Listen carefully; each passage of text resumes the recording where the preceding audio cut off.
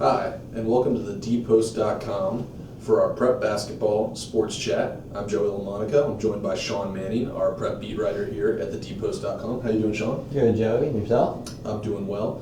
So, we had that snow squall a couple days ago, and with it, cancellations, which were to be expected. Among them, probably the biggest basketball game in the area to date, MHS, UHS boys. When are they going to be playing? When is that going to be made up? I just found out that they will make up that game on Tuesday, February 16th at 7:30 p.m., and that game will be at UHS. Like you said, that snow squall just kind of came out of nowhere and put a damper on a game that was really kind of pumped up this year, since both teams are currently in the top 10 in the current AP state rankings. Let's talk about that poll really quick. MHS very near the top. They come in at number 2 and UHS at number 10. There's really only one loss between those two teams, something like a 15-1 record combined coming in. What have they been able to do? Let's start with MHS. What's been their strength thus far, and then we'll move on to the Hawks. MHS really has a pressure defense, similar to what West Virginia runs with Bob Huggins with the press defense. MHS tries to do the exact same thing. They will get up in your face, create turnovers, and that leads to open shots on the other end of the court. And Stephen Solomon has been excellent this year. He's one of the leading scorers in the entire state. I believe he's averaging about 15.5 points a game. His brother, Nicky Solomon, has been excellent at point guard. They just really play solid defense, great fundamental defense, and they're really buying into what Coach Tallman is preaching over there. And with UHS, it's kind of, they shoot really well. They don't do anything spectacular, but Ethan Ridgway, he's scoring, I believe, over 16 points a game, just over what Solomon is at MHS, and that's kind of going to be a fun head-to-head when they finally get together at they both play the 3, the small forward position. But Ridgway has kind of led that team, and Holton Summers from the shooting guard spot has kind of stepped up when Ridgway, who was hampered by a deep thigh bruise, was kind of slowed down, so Summers stepped up. But they kind of just fundamentally do things well. They're not a great team, but right now they're really just not doing anything bad. You ever had a deep bone bruise, Sean? They're not fun. I've heard a lot of people say that they can really slow you down. They're pretty awful. They can strain your range of motion and everything.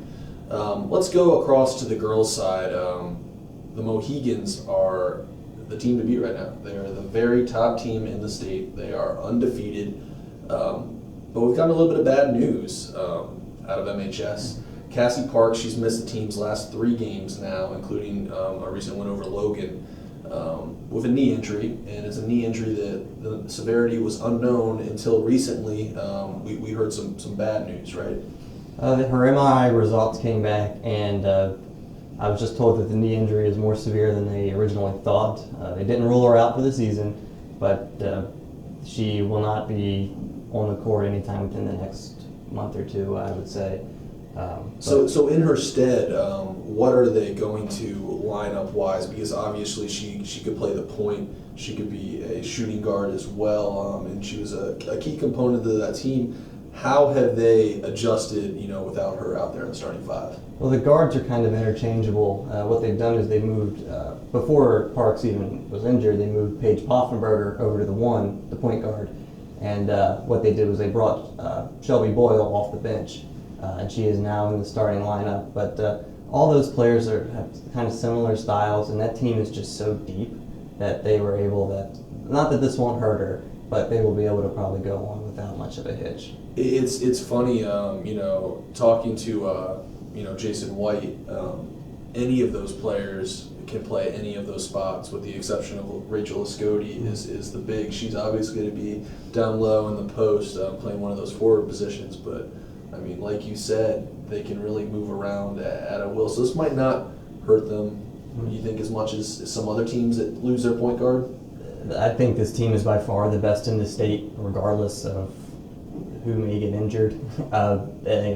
Their biggest competition was Parkersburg South, and their best player, Shelby McCutcheon, just transferred to Michigan, where she's going to be playing for Michigan State next year. So they lost probably their best player, who was probably the best player in the state. So I think Morgantown's girls are still in really good shape.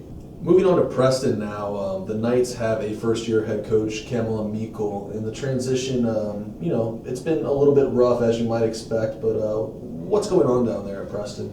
Well, they lost a lot. They lost 7 seniors from last year's team, and Barry Sanders was the head coach there for 24 years since the schools consolidated in Preston County. So that's all they've ever known. And then they hire a new coach who is female, and she's the first AAA coach, female coach in state's history.